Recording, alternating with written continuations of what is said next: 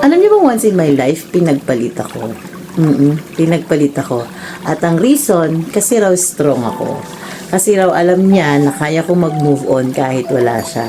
Pero yung isa, baka raw hindi kayanin. Kaya ako na lang yung let go. So, from that day on, sabi ko sa sarili ko, ganun pala dapat para hindi iwanan. Dapat pala maging submissive tayo.